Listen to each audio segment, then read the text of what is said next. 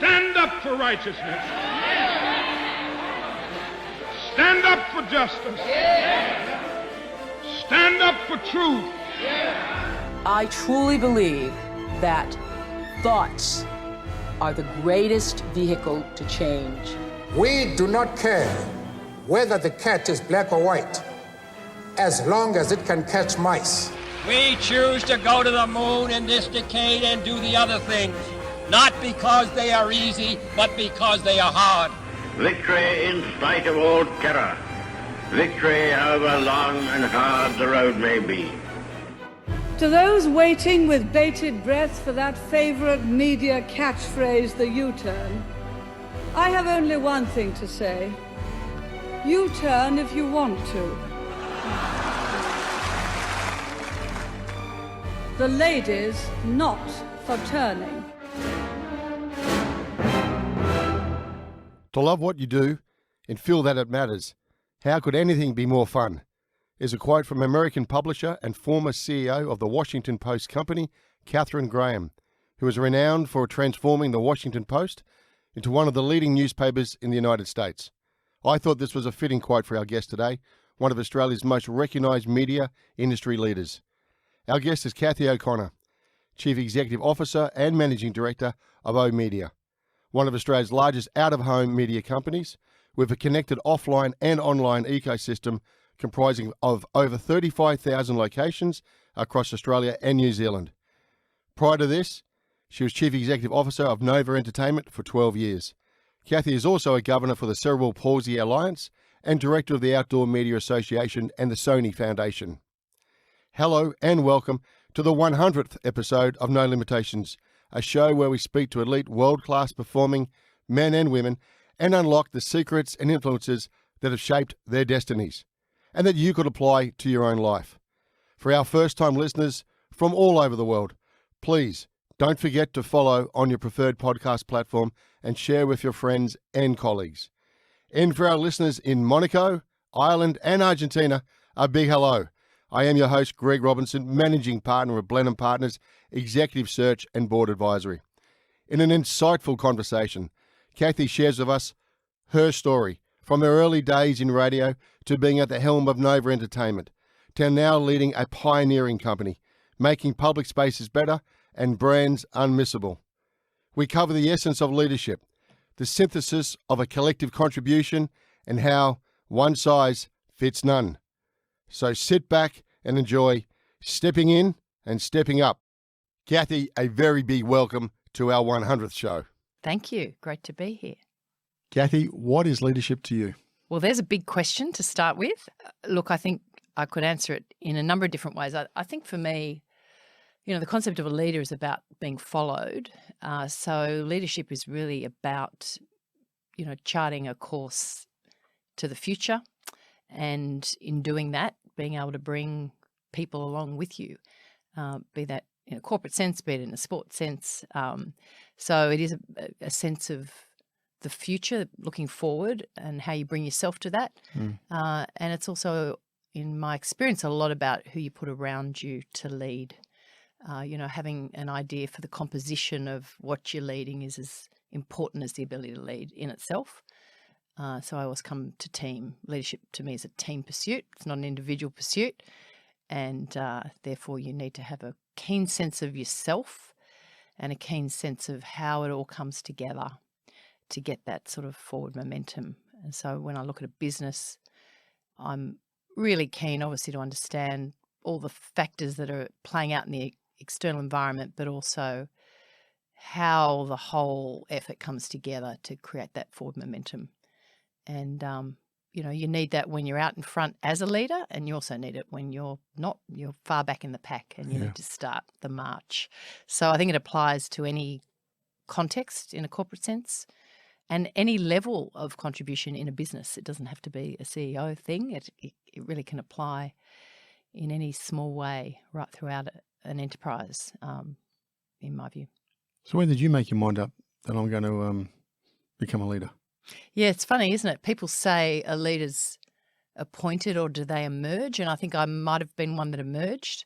I've found in my early career, I was always being nudged forward and encouraged to step up to take roles. And I think perhaps whether that's a female thing or a Cathy O'Connor thing, I was probably in my two big breaks, really encouraged to have a crack and step forward and be considered. The first of those was my first general manager role in a radio station, and then the second one was making that move across to a national role, a national GM role, and moving from one company to its main competitor. So those two things, I had a healthy dose of encouragement. By the time I was elevated to a CEO role, I was very keen for that opportunity. So I actually felt ready. So I think the lesson to me is that the confidence builds with experience, and you don't always, I wasn't born stepping forward, but I learned to step forward the more successful I became and the more I enjoyed, the leadership role, building teams and kicking goals with them. So yeah, but as you say, someone's taken a risk early days on you. Well, Yeah. not necessarily a risk, but supported you and backed you somewhat. Did you have the inner confidence at that stage? Well, look, I think I reflect on that, and I also reflect on that and think about how I show up in the people I employ. And often when you're recruiting, you're looking for that sort of perfect person, and depending on the context, the environment, the role, they're often not there. It really exists. When you're promoting from within, it's always a step up. And when you're promoting externally, of course, you don't see things that you do see with internal. So there's never really a perfect answer there. But, I like to think it's a balance of instinct and what you observe in the people you work with and for. Keen sense of self.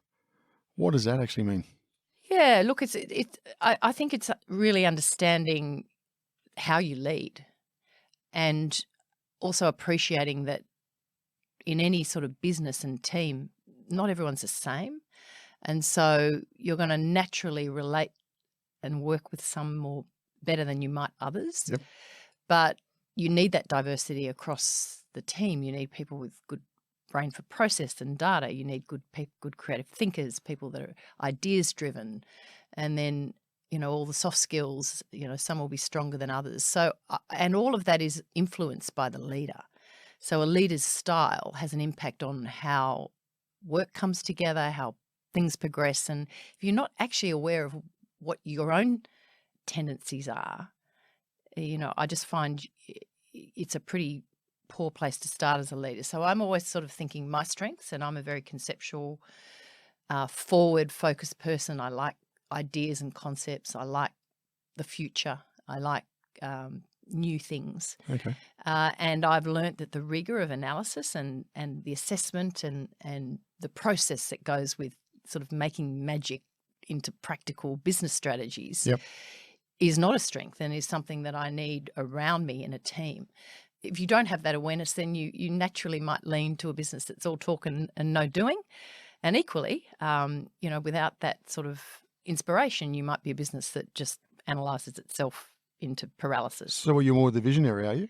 So I would say my style is more visionary, more collaborative, more open, more ideas and conceptually focused. Right. So I lean towards strategy. Yep.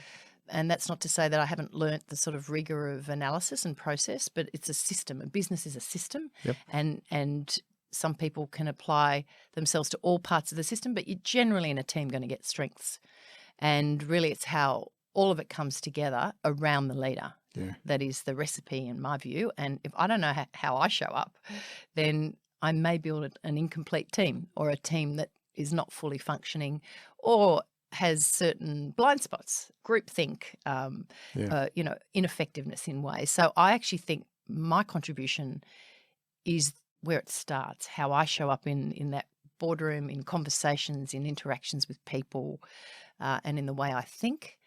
And I want to supplement my strengths with other strengths in any team. So I kind of think it's a tapestry that you're working on, and it moves, and some people move in and out of teams over time. I'm always looking for that synthesis of the collective contribution. And so I would say, I don't know if there's any one recipe for the great CEO or the great leader, but I know the way I lean, and I know who I best work with, and what a team I lead needs to look like. And in my view, it's balanced. Has it changed much in the last 24 months? No, And the only reason I asked that, I had a chat with a CEO yesterday. It was an interesting call, actually, who was feeling that key executives seem to be a bit lost, very fatigued, and there's real recognition of that. We're struggling to think, how am I going to re-energise some of these people?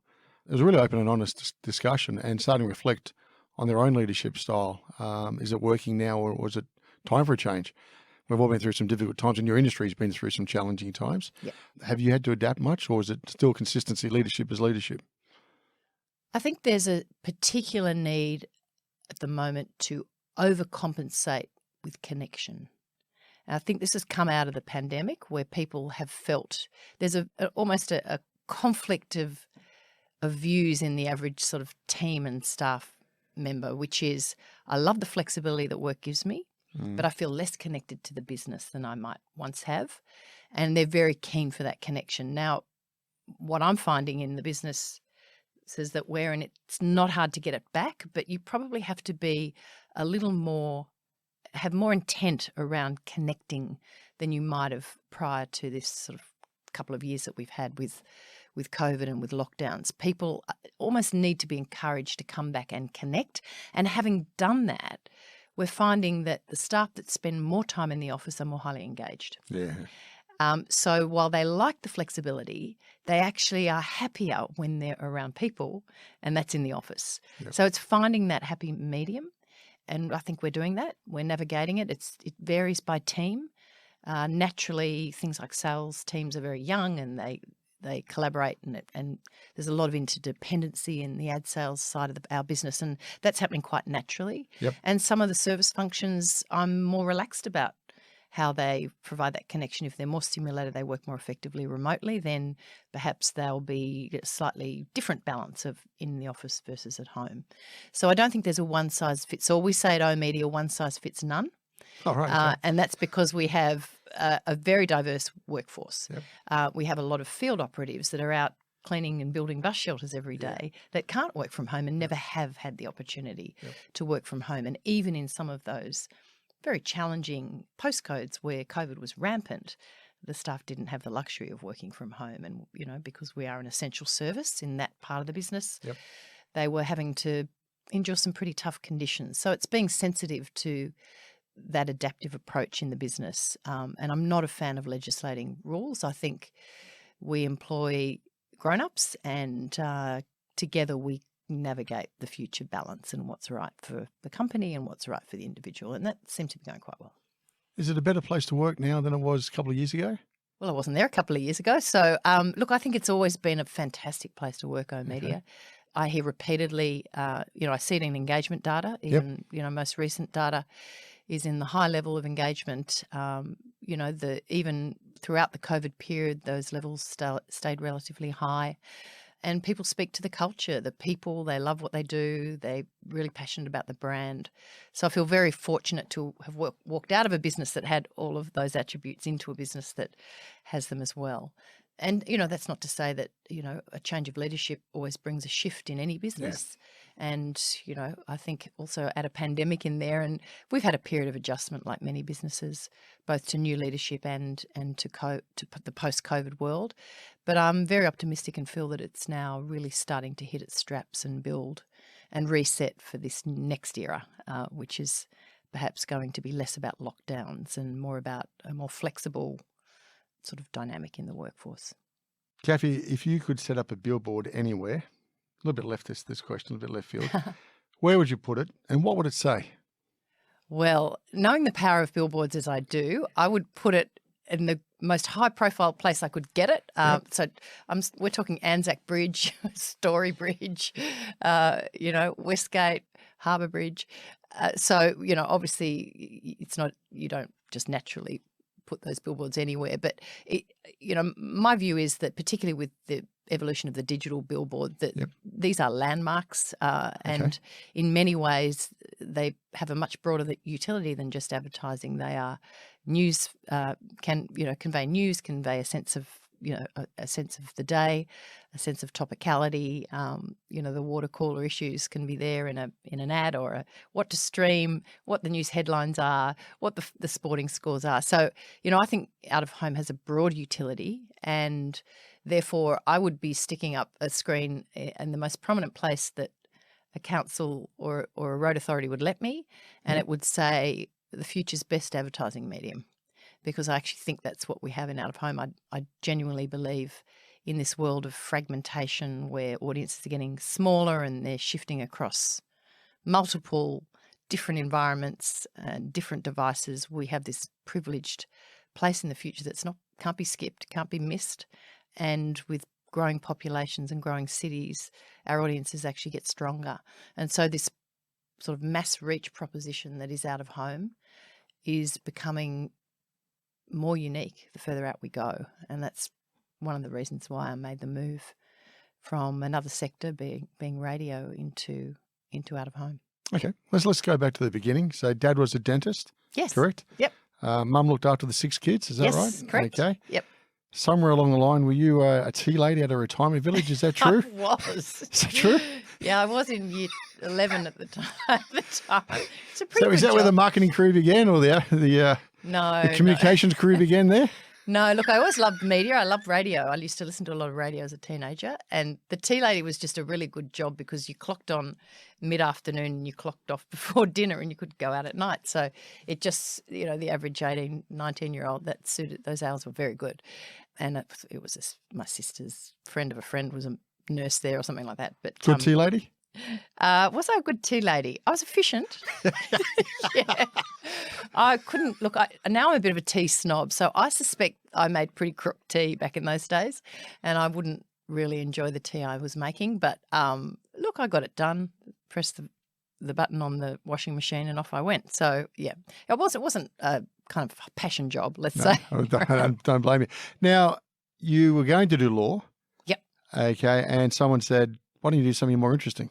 Yeah, and look, I think that just speaks to the era that I grew up in, where we had far less career advice from, I went to a good school, but didn't really guide you in careers. Your parents were, always supportive, but never involved.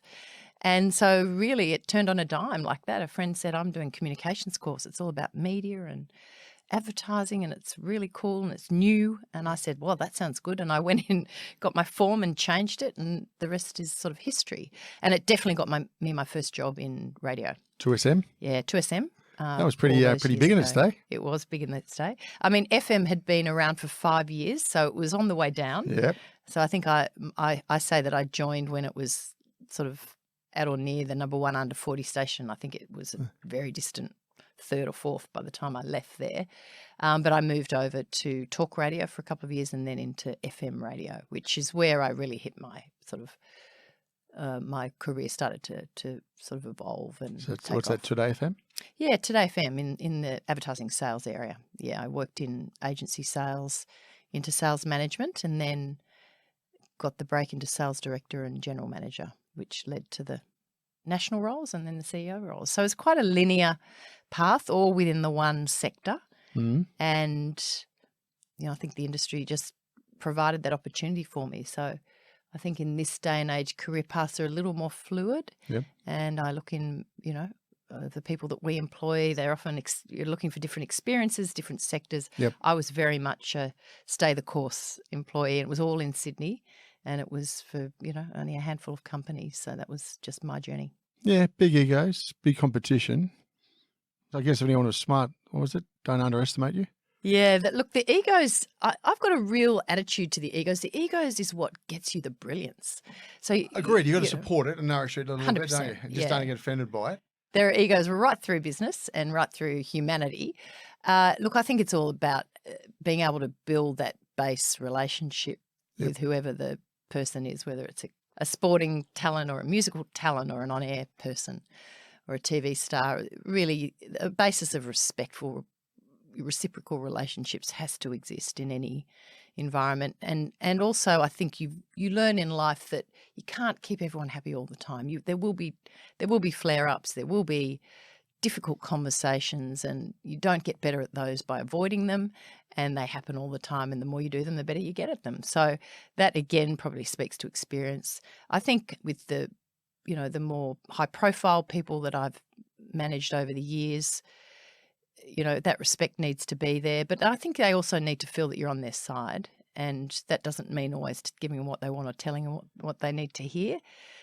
You might do a bit of that, but they need to know at the end of the day, if a call doesn't go their way or something happens they're unhappy with, it's none of it's personal, and we move on, and there's always another day. And again, there's skills that you develop. Some might naturally have them more than others. Paul Thompson, instrumental in your career? Absolutely. He was. So for the benefit of the audience, do you want to talk through who was Paul? So Paul Thompson founded the Austereo network.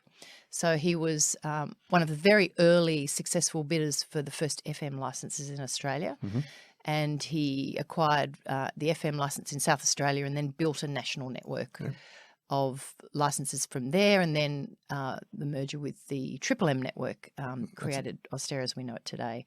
And he was the leader that gave me my first break as a general manager at the age of 29. That's impressive. And I still look back and go, what was he thinking? And he was always just a very passionate visionary. And then he moved, after he left Austereo, he then founded DMG Radio, which became Nova.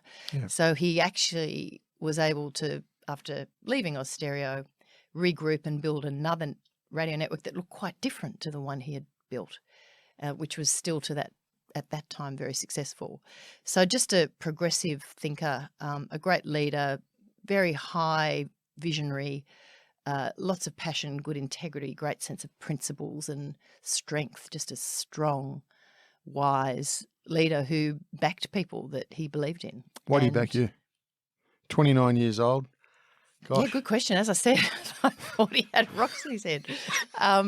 He saw something in me that he didn't see in other people at the time. And I do remember my first interview with him, and I said, look, I'm not sure what you're looking for in this role, but don't think I'm going to be the person with all the answers. I won't be that person. Right. I said, I've come from the sales side of the business. I don't profess to know programming. I love the product. I'm passionate about the product, but there will be people that know a lot more about that than I do. My job is helping the collective team work together. And that resonated with him. I just said, I'm not the hero leader. I'm just the person that can bring it all together and instill the passion, and together we'll find the answers. And I think that was probably quite distinct from the people, I presume, the candidates that had applied, who might have had a more traditional view of leadership at the time. This was 1994, so I can't speak to who those candidates were, but that resonated with Paul. I think the other piece is that he said, I'll support you, I will back you, I will help you learn. And when you have that encouragement and you have that trust, I thought, well, I'd be silly not to take this on. And then, of course, my competitive side kicked in, and I thought, oh, I'll be young and I'll be different and this could be really cool. And then, of course, I got really excited and it was the best thing I ever did. It's a combination of his instincts, his trust and my trust in him to take the leap and do my best and see what happened. And I think not knowing all the answers didn't faze you? No, because I think I quickly developed what I thought were the right answers, and in the end I look back and say we did pretty well as a business. No, and I think even in my current role now there are things I don't have the answers for, but I think asking the right questions and you get to those answers through your role and through the work of your team. You moved on to DMG? Yep. So how did that come about? Again, that was Paul. So he had set up DMG and I was then leading Today FM and Triple M in Sydney, 2 radio stations. And he was building a new sort of concept in Nova. And in the end, my choice was to continue to lead those 2 stations, which I'd done for 9 years, or to take a national role, which wasn't available, wasn't an option for me at Austereo at the time. And he was more, what job do you want? I think Austereo were very keen for me to continue to lead the Sydney business, which was a great job. But he was more about what job do you want, and let's design a job around you because I want you to come to the business. And again, there was that trust and that faith in me to take another step up. And I felt, well, it worked okay the first time, so I'm in again. And I liked the idea of leading other general managers. So I'd done it myself for 9 years, and my role was leading a team of 7 or 8 general managers across the national territory. And the business was young and still had growth. There were still 2 Nova stations to launch, and then there was going to be a second station in Sydney and Melbourne that were auctioned. So there was a sense of being able to build something from scratch, which I hadn't done at Austereo, and that was really appealing. And also a sense that this was the last opportunity to do that in Australian radio, because they were the last of the FM spectrum to be auctioned by the federal government at the time. And I thought it was just an opportunity I couldn't pass up. And I was, thrilled to work with Paul again. What was the big difference in format and style and audience? So Austereo was still very successful. So Nova was a little more... It was a powerhouse, really, wasn't it? Yeah, definitely. It certainly was. Nova was a little more creative, more of a challenger mentality. It had different sort of philosophies around ad content, and it had a self-deprecating charm about it. It liked to laugh at itself. It didn't subscribe to positioning statements or big voices from the heavens saying another hot hit and, no repeat work days. It just did none of that. And it was that was quite refreshing. And I think the ad market liked it, that it had fewer ads. And, there was just some really creative, different strategies. And, this sort of whole concept of sounds different was a really nice play on effectively just what was another FM radio station and network. And that, what's the difference, and the challenger thing was really appealing. So they were culturally quite different, and less rules, less regimented, more inclined just to have a go and try new things. And I think Austereo, through its success, was a very templated, very formatted, very structured business. And, So if it's not broken, don't try to fix it type thing. Yeah, remained very successful. So Nova, I think Paul's view at the time, and I think he was absolutely right, was you don't beat them by being like them. You've got to be different and build your own franchise, and that's what Nova did. Vega. Yes. Do you want to talk us through that? Because there's always good learning in one's career. Sure. So there was a second license auctioned in Sydney and Melbourne, and DMG Radio was successful in securing them and launched again, another new concept called Vega, FM radio station in Sydney and Melbourne. And they were a hybrid format. So normally FM stations have been largely music format. Yeah. AM stations often talk formats. And so Vega was a music and talk format. Yep. It played older and new music. Yep. And therefore it lacked a little bit of definition. And I think it was just a concept that was hard to articulate both to the listener, hard to articulate to the client. It had a lot of talent, on-air talent, but it didn't get the ratings that you need to sustain that kind of cost base. And so while I think it was a good launch and an interesting concept, probably didn't perform to the level of ratings it needed to be the right sort of long-term financial success.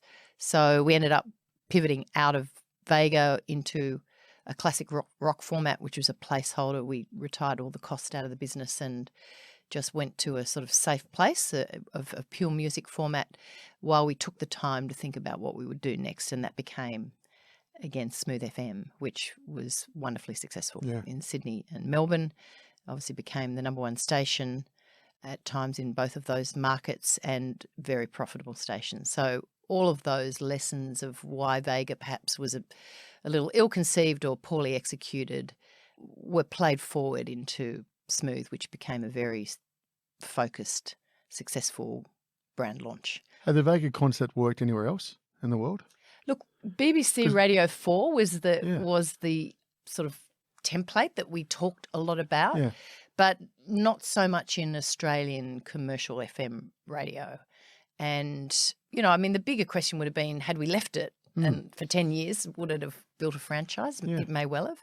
It may well pop up again. I think sometimes we see some of the FM stations and some of these shows having longer form talk propositions now. I know Triple M with its sport proposition is, somewhat more talk-based than perhaps a Smooth FM. So, Yeah. look, I think it's still there to be innovated with. It just at the time, with the company we were, the money we'd spent, the shareholders we had, and the timing we set for ourselves, Yeah, okay, right. a 3 to 4% proposition was not what we aspired to. We wanted a station that rated 6-7% as a good number two to the Nova network. We had actually ended up building a station that at one stage rated 12%. So Yeah, right. it was far more successful than we originally anticipated, because I think the proposition of that contemporary, easy to listen to lifestyle format of Smooth really hit a mark in the big cities of Sydney and Melbourne, where, the pace of business was very,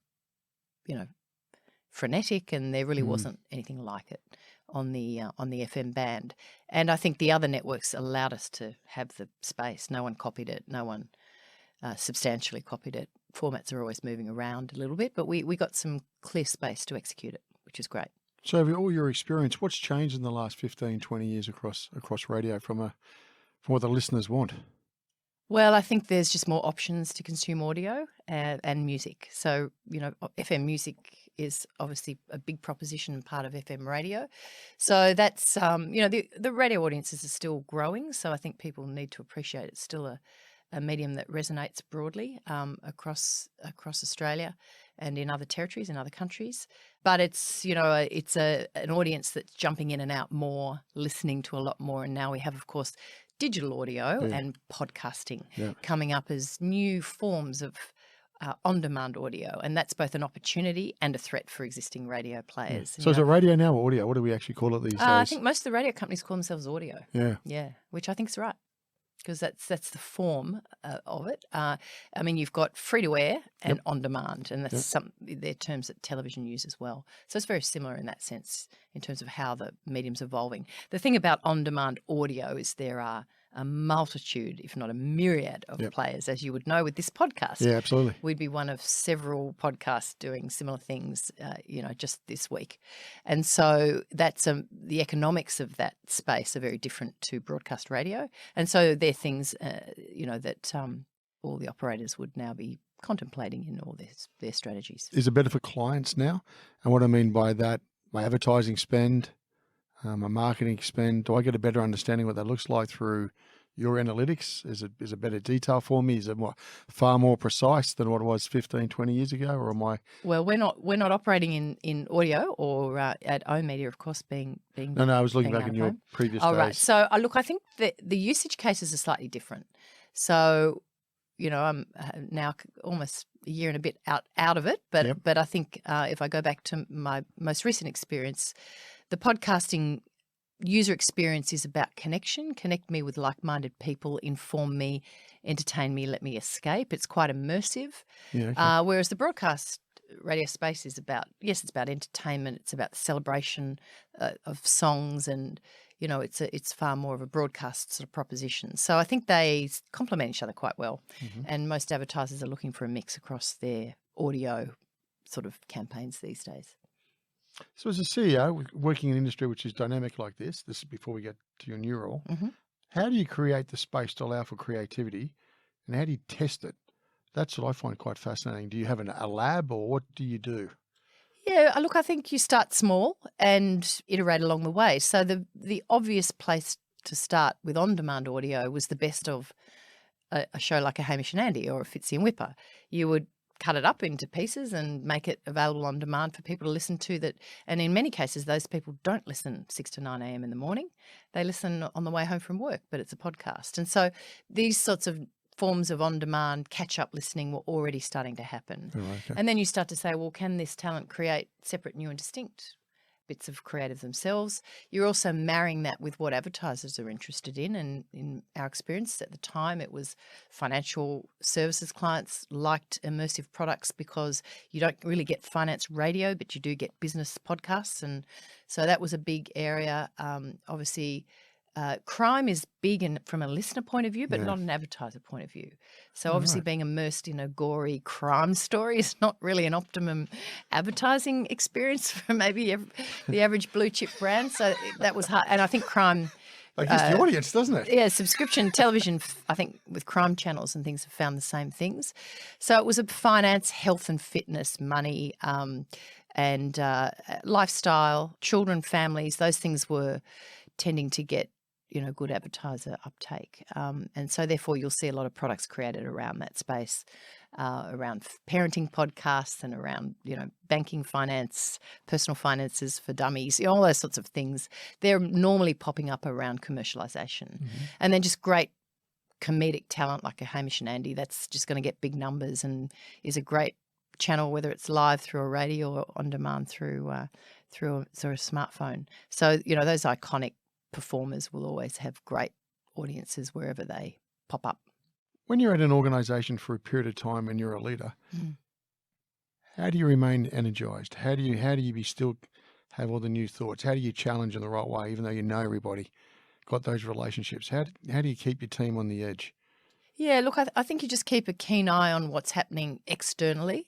I think the staleness comes from just doing the same thing day to day. So my DNA is probably about who's going to take this away, and the great quote that we had at some sort of business seminar or something was, the disruptor of your business is probably not a business that looks like you. It's probably a kid in a garage with a laptop, that's forging a bullet that's going to take out, So I think, perhaps working in competitive broadcast media, you develop a healthy paranoia about what's coming, either side of you.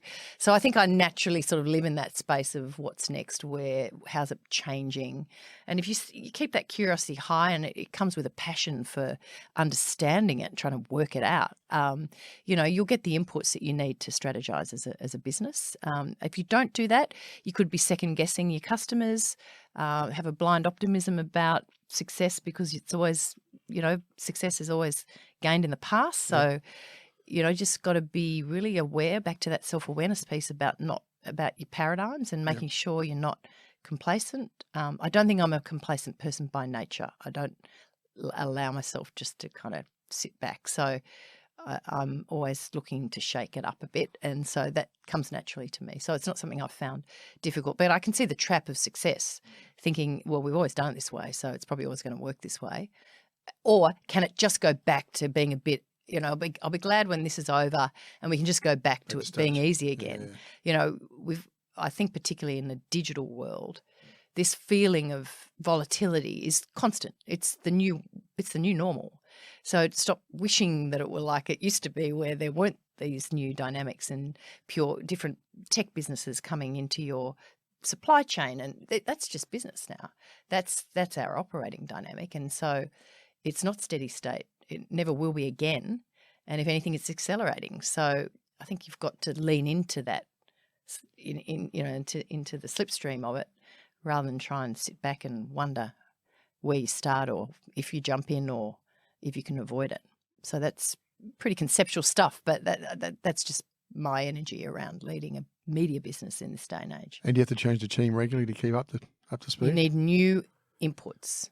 I think the balance in media, in my mind, is to hold on to what you're good at, but also supplement it with the new attributes. And some of that will be migrating existing staff to new skills, and some of it will be new people. It will never just be no change. So I kind of, I look at oMedia and, this wonderful sort of brand that's been built off high customer engagement, a lot of data and insights, and a lot of one-on-one and education of the market about the power of out-of-home. It's very powerful. And in a digital world where increasingly the manual part of planning and buying is going to be automated, it's what's the balance between what you need to do to transact digitally, but also to educate and inspire the marketplace and customers and CMOs about how you endure, how you innovate in out-of-home. It's not just a static billboard that's now digital. You can be in an airport, you can be, in a cafe, you can be creating content beyond advertising that engages people with the screens that might hold your branding. So, and then of course the data that you might use to find and locate audiences in a retail centre or in an airport is becoming increasingly sophisticated. So I think we're seeing this sort of hybrid existence of the intensely human, inspirational sales an inspiration role of media with the technical and digital skills to be able to transact in a way that meets the customer. And that is the balance that I think every CEO is looking to strike. Okay.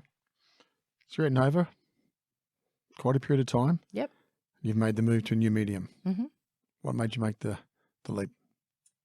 So I had part data and part instinct. I just watched the growth of out of home. And I could see that digitisation and the movement from static to static plus digital was growing the sector. Yep. And it was increasingly, I think when I became in a leadership role, it was 2% of the ad market. And then it became 7%. Wow. And in 2019, 7.8%, I think it was. And I'm looking at it going, wow, I think that's still going to keep going. I can see that digitisation is enhancing that sector. Yeah. And I thought, therefore, when the opportunity came up to take for a leadership role in that sector, I thought this is one of the only, and it's a listed business, so I was interested in moving to a listed environment. I thought this is probably the last seat. So I went from sort of being, curious to, wow, this actually, the more I talked about the business to the board, the more I saw it as one of the great opportunities to lead a growth media business into a digital era, and that's exactly what it is. So what actually is out of home then? So out of home is place-based media. We call ourselves public space media. So really that's about, our purpose at oOh!media is to make public spaces better and brands unmissable. So we have a broad purpose beyond just advertising. Mm-hmm. We have a civic responsibility with our bus shelters and some of our other place-based environments, cafes, venues, airports, to create the public space to entertain and engage people with our assets. Mm-hmm. And of course, just the utility of keeping people dry and keeping bus shelters clean and free of vandalism, and the work we do with councils every day right across Australia and New Zealand is there to be seen. So it's a public space medium, which is increasingly digital and therefore is able to be targeted, is able to be purchased programmatically, and is able to creatively adapt in a way that the static billboard once never was. Yeah, okay. So this ability to target messages to specific postcodes, times of day. Yeah. I always use the example because it's quite relevant of the COVID campaign where the vaccination rates by suburb are ticking up on the billboard in the suburb. So congratulations, Parramatta. You just reached 70%. So we're using health department data with digital out of home to have live vaccination thresholds published right across Australia. And of course, the hero metric, which is congratulations, New South Wales, you've just reached 70% on some of the larger arterial billboards and the major freeways and so forth in real time. So that is far more than just, a digital version of a static image. There is a real utility to the broadcast potential of out of home that is only just being realised by the operators themselves, the concession partners that own some of the assets and partner with us in the building of them, and advertisers. So what is Polly? Polly is a creative team that work with our advertising teams and our commercial teams on that inspiration piece. So we have the two billboards, both in Melbourne, that are the only billboards currently in Australia that can do 3D anamorphic video.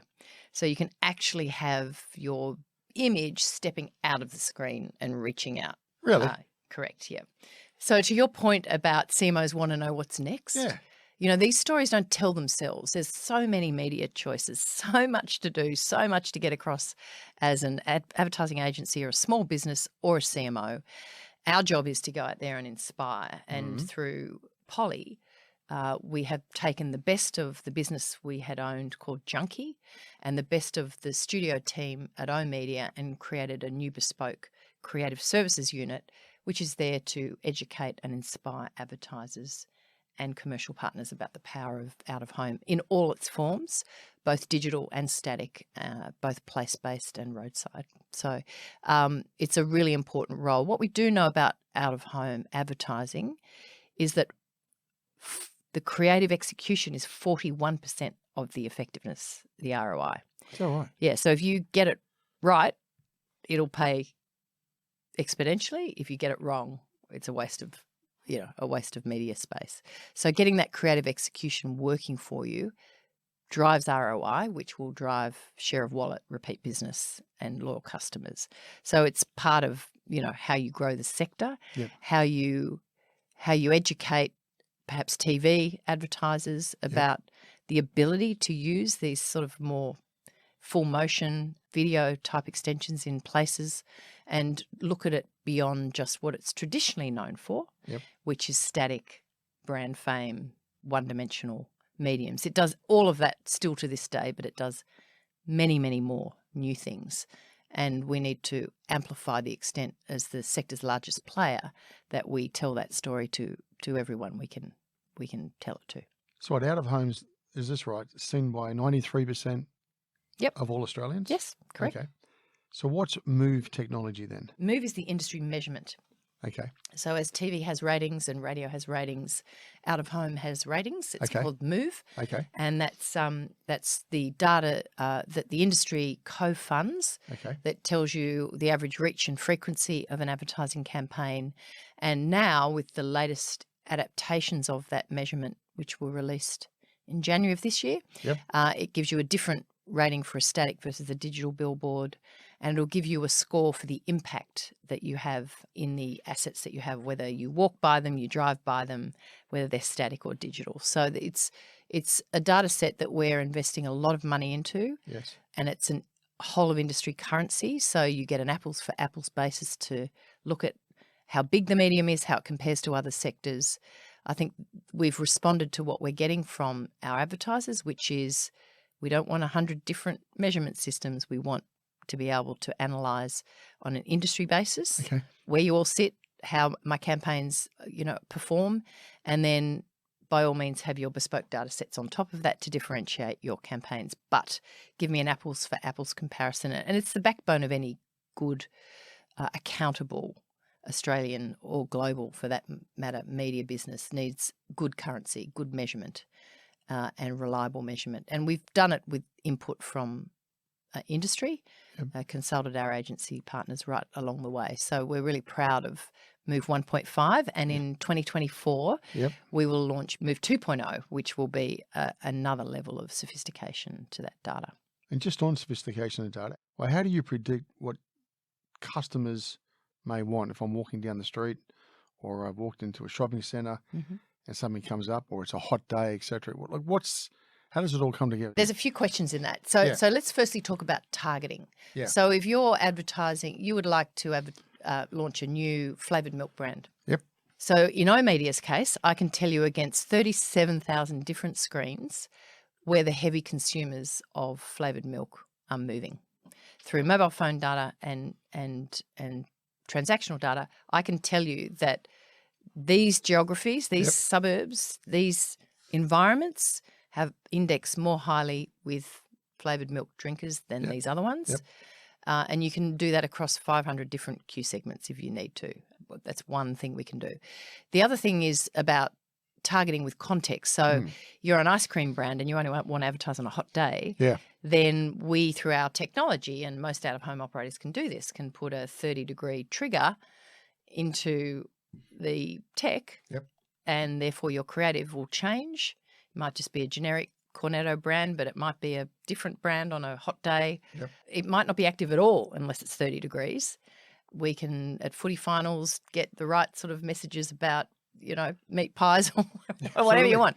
We can, so it really becomes that real-time dynamic medium as opposed to the put up a static billboard, it'll sit there for 2 weeks and take it down again. Now, we still do that, and what we actually do know from our effectiveness studies is it's a combination of static and digital that's most effective. So with static, you get that 100% share of voice, sits up there for a week or 2 weeks. Digital, you've got a more tactical set of messages, and it's how the two work together that can be very powerful.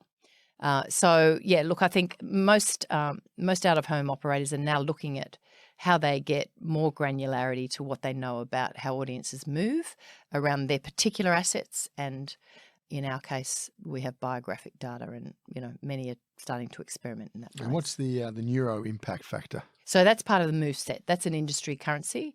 And so neuroscience is research without questions. A lot of marketers and even content businesses have used it over the years to basically use heat sensors which sit on the head, and they look at how the brain responds to certain cues, visual cues and audio cues. And what we know is that parts of the brain that respond well are more receptive to memory encoding, which is how advertising is recalled. Yeah. And so we did Australia's largest ever neuroscience study, which used this technology to map people's response to digital advertising on out-of-home, static advertising and out-of-home, railway stations versus billboards versus bus shelters, drive-by, walk-by, every one of the environments that Move measured was subject to a neuroscience study, and we were able to come up with a factor. So you might have, a high impact factor might be a 5, which you might get in a retail centre if it was a full motion video. Yeah, okay. Versus how a billboard that you drive past on a freeway, or that a bus shelter that you sit in a suburban street. So it's just allowing advertisers to have a little more granularity about how the impact of each different digital out-of-home environment is impacting consumers. So it's quite sophisticated, and we're still educating the market as to how to use it. Of course, what goes with it is also just a very robust reach and frequency functionality, which is the basis of all measurement. And now increasingly into the digital environment, it gets a bit technical here, but we're providing an industry-based impression multiplier. So what that does is, as you know, out-of-home is a one-to-many medium. Yes. So when I buy a digital ad and it's seen by one person through a mobile phone, I know it's one impression. But when I have a digital impression on a big billboard, at peak hour, there are several people that have gone by. So we need to find a way to give the numbers of how many people actually see that impression. And so an impression multiplier applies a multiplier effect to that one impression. One impression on a freeway billboard is not one person, right? It's many, many people. And how does the technology and the measurement allow for that? And so this thing called an impression multiplier becomes a base part of the currency, so that when you're buying digitally, you have a factor for that one-to-many that isn't currently or isn't required in one-to-one digital media buying. So sorry, that's probably far too much information for anyone other than an advertiser or perhaps one of our staff members. But that's part of the sophistication of and the evolution of out-of-home into the digital era. And is advertising on the way up? Advertising in out-of-home is certainly on the way up. We're a sector that had a pretty big knock in the pandemic. Yeah. So we grew at 23%, 24% last year, which was was still a COVID year, actually, 2021. And the latest sector results has the industry growing at about that sort of 18 or 19% year to date. So that's still a good news story for out-of-home. Yep. And we're slowly recovering to 2019 levels. So, accepting that most media took a bit of a knock over the last 2 years, but it's certainly a good growth story for out-of-home. And I expect that will continue into the future. Tricky one for you. What happens if I'm in a driverless car? Am I going to be looking at that billboard, or am I going to be looking at that video in the seat in front of me? Yeah, that's a good question. I could argue that either way. So, I think we'll learn more about consumer behaviour the further out we go. Anyone that uses cruise control in a car currently, you're certainly looking at the road.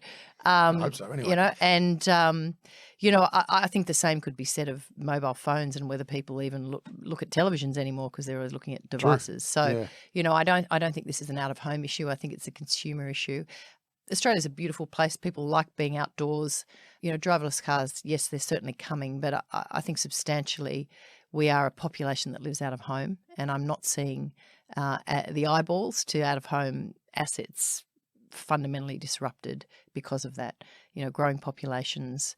You've only got to see how Australians responded to 2 years of being locked up to know that substantially we have outside in our DNA, and we have the climate and the beautiful physical surrounds and the space, as a geography, a reasonably small population over a beautiful landmass. we're going to see people up and out for many years to come in Australia. I can't see us cloistered, looking at screens all day. I just don't think it's who we are. What do you see coming over the hill in terms of technology? The metaverse is coming out, obviously, or already out. I'm sure you're investing in future technologies, but painting the picture forward a couple of years, what are we anticipating? Yeah, look, I mean, that's some of the things I've already mentioned. I think the whole way in which advertising is bought and sold will become automated. So there are several versions of tech that allows you to do that. I think you'll find 3D imagery will continue to build. You don't have the permission to do a lot of 3D stuff in many of your environments because of the safety elements, but certainly you're going to see place-based media evolve and I think evolve quite creatively. And, in out-of-home, I think it's about how people move. We're starting to see a good proliferation of electronic charging stations and things that can also, be used to display advertising and whether that works. I think there's and of course advances in green technology that allow you to sort of look at power and things and the way you build bus shelters and, there's a whole sort of burgeoning area of innovation and R&D that we're incredibly passionate about as a business, looking now, which is going to become more increasingly important into a future where the climate is a challenge. What type of people are joining the industry now? What are you hiring? That must have changed. Yeah, I think probably from a technology point of view, yes, there's always numerous vacant roles for software engineers and data specialists. Yeah. That's both in the core business, as our assets become more digitized, but also in the advertising space. So I think that evolution of the digital experts in the ad side of the business is continuing to grow. The whole sustainability piece and the skills that are required to sort of strategize and deliver on your ambitions in that space is a new area. There's not a lot of available talent, and so we're doing a lot of re-education of the workforce and starting to build and create new positions and move existing staff members that understand the business innately into these new positions and supplementing their learnings with the sustainability remit. And so that's there's just two really important areas. I think media is a people-based business, so incredibly important that we have good people-based experts in the business that understand culture and enabling performance and doing the things that keep people wanting to work for the business and attracted to the business. So look, I think everything, there's demand for people everywhere. I think media has always been an attractive, dynamic space and people are attracted to it. But we increasingly compete with digital companies, so we need to keep our value propositions very current and appealing, and I think we're doing that well. So what's your average day look like? Busy. Lots. I don't have a day with a lot of space in it always. I think it's a combination of customers, staff, and planning, strategizing. It's a business with multiple stakeholders. So we obviously have commercial partners, we have advertising customers, we have, supplier arrangements and obviously our own staff. It's a listed business, so you have investors. So yeah, my day's pretty busy, but great team around me. So, I'm not a person that sits still. So it's prioritizing the most important things. And have you enjoyed the dynamic of the listed business? Yeah, I'm really enjoying it. It's a very different dynamic to working for a private owner. And, I like inputs. As I said earlier, I'm a collaborative person. So, a listed environment with a board of directors that are all coming from unique perspectives there's a lot of inputs. And yeah, I like the collaboration that exists across boards. I like the investor market. I think they have very good instincts for the business and they ask great questions, and asking great questions causes you to think about your answers. And I think, I've learned a lot from that dynamic, and I really enjoy the way that, those interactions happen, particularly after, half yearly and yearly results. And, there's a natural cadence to a listed business that I quite like. There's a rhythm to it. There's an accountability. There's a critical path and timelines. And that structure, I think, as a leader, when you're working in such a a business that's so vast with so much to do, you've got some natural guardrails with the listed environment, which I find quite helpful. So I'm really loving it. It's the change I was looking for, and I'm thriving in it. So what was the remit you were given? You've been brought in, you've had a founder-led business for a long period of time. You're a new CEO. What are you charged to deliver? Before you flick the lights off and you walk out of there one day, sure. What's success going to be? Yeah, well, I think starting in January 2021, 2020 had been a really tough year in media. So I think the business, the board would just establish yourself and stabilise and reset for growth. And, the board were very supportive in just saying, just get across the business, understand the business, and then, when you come up for air, tell us what you think. And so it's been a really good journey for me. It's it's a big business with a lot of different elements to it. Particularly on the assets and commercial and logistics side of the business. That's a whole different proposition. You don't get that in broadcast television and radio, and it's fascinating. And there's a genuine deep capability in the business, and I've just been so impressed with what I've learnt and what I now know about how this whole medium operates and the value that it brings to society and also the expertise required well beyond just the ad sales side, which is very intuitive to me. So I think the remit was learn what you can, bring in the team, assess the team. How long do you give yourself to do that?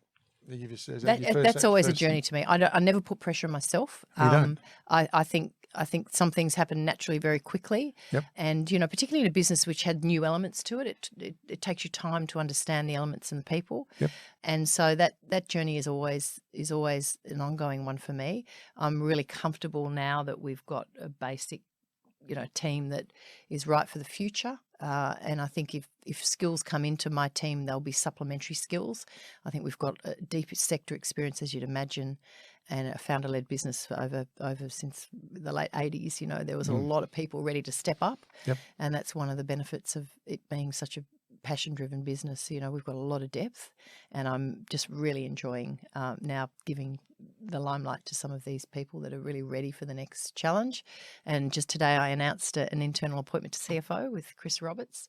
And again, a very, very talented executive was ready for the move and just thrilled to be able to promote from within. So that's something I've always liked to do and see succession at all levels in the business. So I don't think that job's ever done. So what's success going to look like, Cathy? Growth.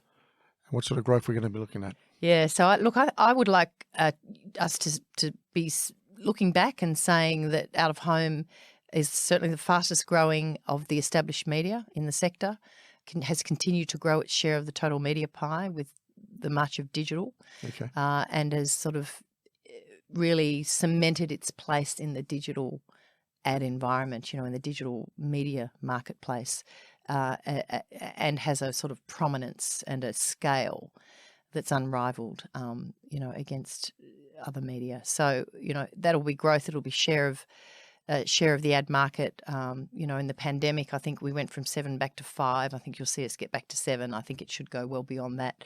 So I'd like to see it as in terms of, digital media is now taking 60% of the ad dollar. So I think out of home can march towards double digits, and that's where I think we rightly should sit. Okay. Now, I think early on you said you're a bit of a visionary leader, and that's how you put things together. Where do you do all this? Is it in the office? Is it when you go for your walks or your runs or your training? Every CEO has their own way they what motivates them, drives them, and their rhythm. What's yours? So it's about inputs, and it's about how you bring a team together to be able to articulate what that future piece looks like and what story you tell. You tell right across the business to your investors and to your staff, to your stakeholders right across the board. So for me, I read a lot, I observe a lot in the sector globally, what's happening. I try to look at trends. I make sure that my executives, whether they work in technology or in the product side of the business, are doing the same in their remits, and that we're regularly getting off site, sharing those insights, sharing them with the board, engaging the board in strategic conversations. And then the art of it is, what's the elevator pitch? Explain to me in a really succinct way what our vision is, where we're headed. And I think that is something that, particularly because in a business like oOh!media, where there are a lot of different businesses to it, what resonates with the logistics side may not be the right. And so that's why we have a purpose that has the word "and" in it. Making public spaces better and brands unmissable is very much about the commercial side and the advertising side of the business and how that comes together. And when we make public spaces better, we create better advertising assets. And in making brands unmissable, we get advertising revenues and repeat customers, which allow us to do what we do for commercial partners and to bid for the contracts that we do and build the assets that we have. So the two are inextricably linked, and we're working on that elevator pitch all the time. I talk about it a lot. My team are offsite a lot thinking about what story we're telling, because I think that sometimes leadership teams in a complex and volatile operating environment with full diaries intellectually know the direction they're heading in, but they're not telling the story well enough, I should say. And so I think that discipline of how you're communicating where it's all headed, is a muscle that I'm, really intent on, exercising regularly. And you get better at it the more a team is together and the longer you're together and the more successful you become. So I think it's just having the strategy, having the plan, having the vision's one thing, but how you're telling it and who knows about it. And it can't just be the work of a leadership team and not really something that's felt right throughout the business. So what does an offsite look like to you, and why so many? You said because of how the diary looks. Yeah, you've got just getting people away. Well, it's 10 people, but yeah, absolutely. I'm quite disciplined about the balcony time, getting out of the business, because we'll never do it. You don't do it in the business because your diary is back to back. So we have to be disciplined about getting out of the business and out of the day-to-day to work on the business together. That's not a new concept, and we do that regularly, monthly. And, I find that's where again, to that point about natural cadence, being in listed business with my team, I like us to look to each offsite about where have we got to on the journey, look back, and by the next offsite, where will we be on the journey? And I think that's important. What do you reckon you've challenged them the most thus far? Look, I just think it's the breadth of what we're trying to contemplate with digital evolution. Some of the conversations are quite big and quite existential. Yeah. So, do we have competitors or do we work as an industry together? Yeah. They're really big strategic conversations, and, they're incredibly stimulating. And, with all these things where you don't necessarily know all the answers, you've got to have your working hypotheses about what the future is. And I think it's challenging work. I don't think it's impossible work. It's work we're doing. Mm-hmm. I just think that anyone running a media business is thinking about, where is it all headed, and in the environment, what's our working view of the future, and therefore how does the plan support that? So that's just stimulating work, and it's calling on, lots of different inputs, and it's just being able to synthesize those and set your plan and get on with delivering it. Okay. And yourself, where do you take the time to think? That's probably when I'm jogging. I wake up with thoughts. I'm always thinking. And often I find that I do like running. I think a lot when I run. I think a lot in the mornings, early mornings, yep. When I'm fresh. But I don't think I ever stop, really. Okay. And when it comes to making the big decisions, mm-hmm.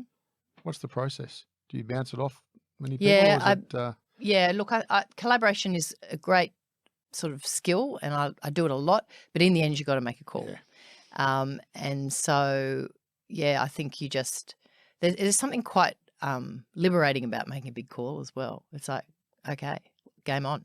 And you die knowing, right?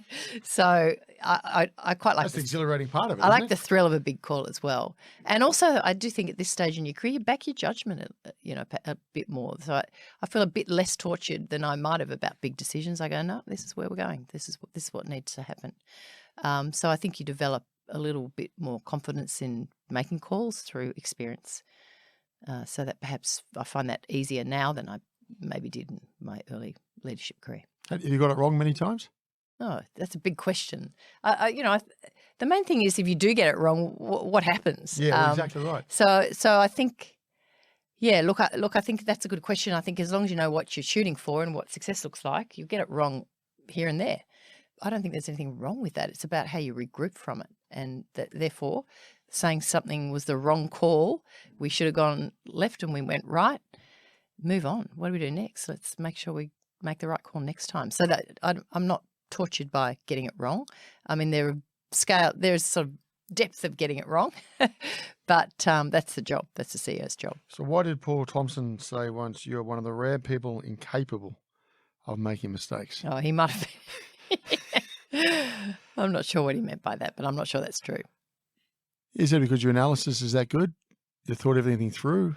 I'm not sure I believe that. That's actually not true. I've made plenty of mistakes in my career, so he's probably just flattering me there, but which is very nice of him. But I don't for a minute think that I'm incapable of making a mistake at all. You learned a bit from Lachlan Murdoch? Absolutely, yeah. What have you learned? So Lachlan was a great leader, very passionate. Media is a creative business. Have the right people and play big. He was is a very ambitious, passionate leader. So I think I learnt from him because when he bought into the Nova network, we were a distant third. Yeah, okay. And he wanted the number 1 FM network and he wanted the number 2 or number 1 second stations. And he was very passionate about that. And I think that he gave me a lot of courage to think big like that and play a big game. And I think, the transformation of DMG into Nova Entertainment, we played a much bigger game in the end there. We really took a leadership position and lost none of the creativity and none of the challenger, but, really built a very profitable business, obviously not listed. So the data's often not appreciated how profitable and successful that business became and still is to this day. And a great team of people that are doing a great job leading it since I've left. So, he was inspirational, a big thinker, ambitious, and, had a crack, which I love. So what do you think, Cathy, in general, when you read the paper and look at Australian business, do you think most of the businesses out there want to play it big? We're very quick to bring people down in this country. So do we play big enough? Yeah, look, that's such a broad question. How do you ever answer it? You'll see companies that take a risk and do well and companies that don't. Look, I think risk aversion is understandable. Businesses, have financial realities they need to meet. I think that answer can go either way depending on the context and the business. In oMedia's case, I don't think there's a reason or a need to make uncalculated, risky decisions. I think this is it should be a very confident business with a lot of potential and a lot of growth ahead of it. But I think every operating context is different. So you might say a business on its knees has got nothing but a big risk to take. Yeah, right. True. Equally, you might say a very successful business shouldn't take risks at all.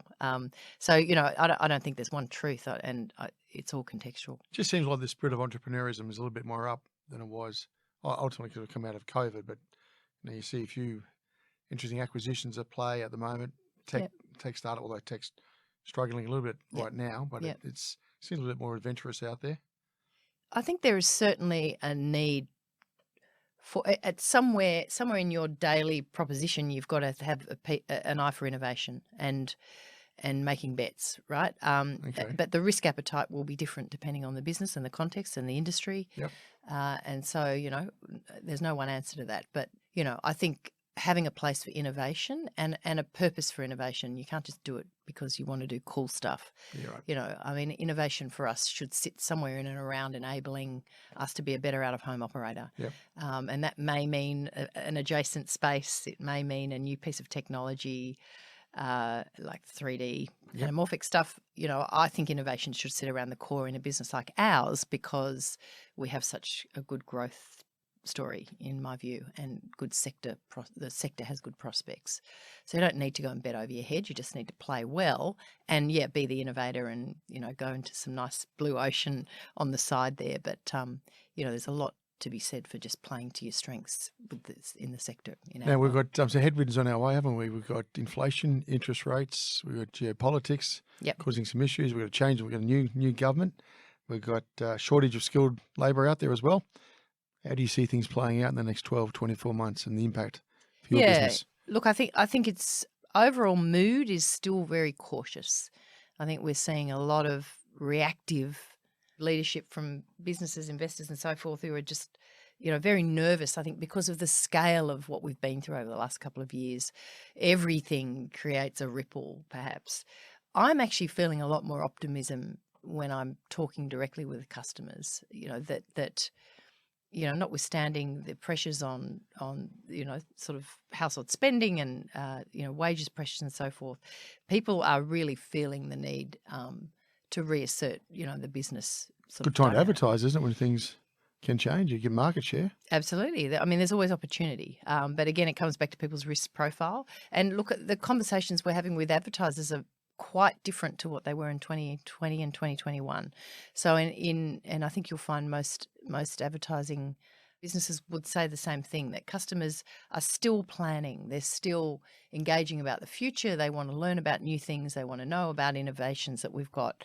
They want to be kept informed about new ways to interact and to participate with all the innovation that's going on in media. So, look, I think that having said that, perhaps some of the global advertising agencies and advertisers with global alignments are a little more skittish because they've got a higher exposure to the geopolitics and so forth.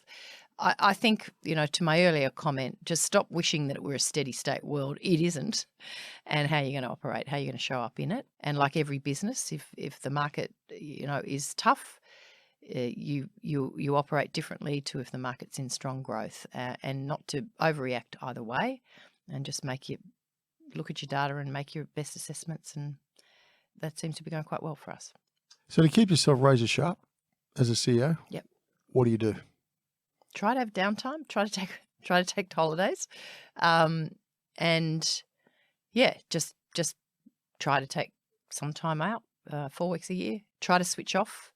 My version of switching off is doing something else that isn't media or inboxes or phones. So make something, jump around, exercise, cook something, read something. So, you've got to try to switch off. Yep. Some months that's easier than others. Some you'll get, I say sometimes I'm going into a vortex where you just can't see beyond a 10-day period where there's not going to be a lot of time for switching off. I'm just getting through this, and that's okay. You start to see the ebbs and flows of it. And, but, I think switching off for me is not a week on a beach. It's just a couple of hours here and there to just sort of decompress. And that's all I need anyway to reset and try to get sleep. I'm trying to be a little more deliberate about sleep because I think sleep's pretty powerful. And I probably have been the person that has erred on the side of sleep, less sleep than more sleep over the years. And I'm getting better at sleeping, reading a bit about it, trying to do things that. What are you packing in now, 6? Yeah, I'm getting 6. Yep, 6 on a Fitbit, which is normally 6.5. Yeah, okay. So that's pretty good. That's an average for me now. And if I had a week off last week, and it had a 7 in front of it. What it used to be 4.5? Yeah, there's bad patches where there could be 4s in there. Yeah, Fitbit 4s, which is not good. But also, I just say I'm in one of the a vortex often brings the 4s. You come out the other side. It's fine. But actually, technology is great because you can use data now to say, don't panic if you have a 4-hour sleep. Don't panic because you can catch it up and you'll be fine. Yeah. And, rather than looking at a 4-hour sleep going, I am going to be really bad today because I've had 4 hours sleep. No, I'm going to be the same person. And there you get the ebbs and flows. And so I actually now can self-talk a bad night's sleep into this is the rhythm of sleep for me in this existence. According to the 2021 census from CEW, Chief Executive Women, in the ASX 300, there were 23 CEO appointments, only one woman, and that was yourself. How tough is it? So there's 2 things there. There's how tough do I find it and what is that data about? Yeah. So that data's terrible. And there is an issue with the pace of change to gender equality in CEOs in ASX 300s, 200s, 500s.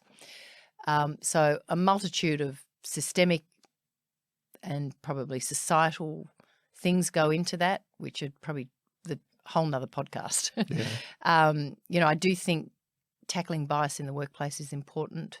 Okay. I think supporting all forms of staff throughout the entirety of a career, right through that sort of family phase through to the other end, is important. And I think businesses being the sorts of places where people feel they can build careers for the longer term is important. I think the lack of women in CFO, head of revenue, and roles, the functional roles is an issue. Yep. The roles that normally become CEOs. So looking at gender balance in CEO succession roles is essential. And I think there's plenty of commentary on the record about all of these things. So I do think the answers lie with leaders of corporate Australia and how they're holding themselves and their teams accountable to dealing with bias, and where it's required in their data will tell them the story, proactive strategies to address the imbalance. I just think it has to be proactive because the passage of time is not fixing it. It's not changing it, not shifting it. No, the numbers haven't moved much at all. No. So this thing about, the more women that are in, that something happens that it doesn't get through to the top in equal amounts.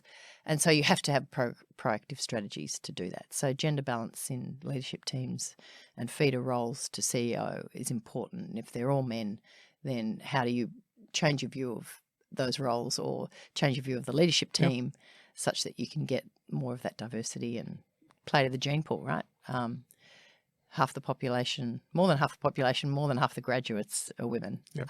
So you're restricting your business from talent if you're not dealing with it. And it's not dealt with overnight. I understand that. And so I think you've just got to hold the mirror up to yourself as a CEO and do your bit and lead by example where you can. And on an individual basis, has it been tough throughout the career, or is it you've had good breaks, or any particular advice you'd like to pass out there? Yeah, look, I'm always careful not to project my reality onto people. I like the saying, you're nobody's victim without your permission. I've had a few defining times in my career where I've really had to set a boss straight about how I was being unconsciously selected, and it was all through a supportive lens. You don't need to think about that. You're having a baby, or that sort of stuff.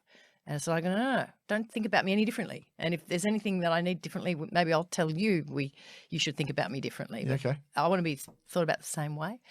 And, I mentor a lot of women both in our business and outside our business. And I think that's important. I can see that even, my kids are now 20, 25, even the kids, my staff and mentees that are having children now are worried about the same things I was. It doesn't feel easier. Will I be left behind? And what if a job comes up while I'm on maternity leave? Will they think of me? And some, don't have that problem. But all these same things do still plague, the sort of minds of, female executives. And so I just like to share my experience without projecting my reality. But I've found, with a couple of exceptions of defining moments where I actually got the courage to speak up and say, please don't treat me that way, or please don't see me that way. Yep. I always found their power in my gender. I always found I liked being the only woman. I thought it spoke volumes to be able to show women that it could be done. And I've liked that I've been a role model over the years because,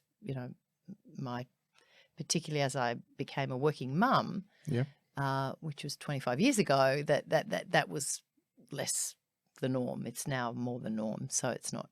But I've always just been proud of being a woman, and I'm not proud of the fact I'm, in a minority, and I want to do what I can to play my role to address that part of it in my world. But I've just not ever been felt downtrodden or left behind. And so perhaps that's my optimism. And I also think that influence as an executive is important. And whether you're a male or a female, just understanding who you're working with and who you're working for, and what, how to influence, how to build that relationship and that respect. It doesn't happen always naturally, and just it's part of your job. You need, strategies on the inside and on the outside. It's understanding who you're working with and how it's all working, and really being attuned to that and working with it. And perhaps I've just sort of said, well, this is actually for me to chart. I'm not sitting back because if I sit back, I probably won't get noticed, or I will not be invited to that footy game or whatever it is. This is actually for me to create my own reality here. Yep. And so perhaps that attitude of not being a victim and just stepping in and stepping up has been something that's made me feel less like it's been hard. And I'm proud. I'm proud of, being a female CEO. I say that. I mean, some people say you shouldn't have to say you're a female CEO because you're a CEO. It's like, well, yes, of course too. But I also want to champion the fact that it is possible, and you can do all these things in your career, and you can have a personal life and come out the other end sane. So, that's a bit about my story. And looking back at the young Cathy who was studying communications all those years ago, what advice would you give her now? Learn coding. Buy certain stocks, buy tech stocks, and learn coding. Does that make sense? I mean, that's silly because that's not quite right. But look, I think just back yourself, which I think over the longer term I've done. I don't think the young Cathy was as confident. And so I obviously found success and built that confidence, but I could have started a bit earlier. I don't know. I'm still happy with the end, where it's ended up. So maybe it didn't matter in the end. On that, Cathy, it's been a real pleasure today. Thank you very much for joining us. Thank you, Greg. It's a pleasure. You've been listening to No Limitations.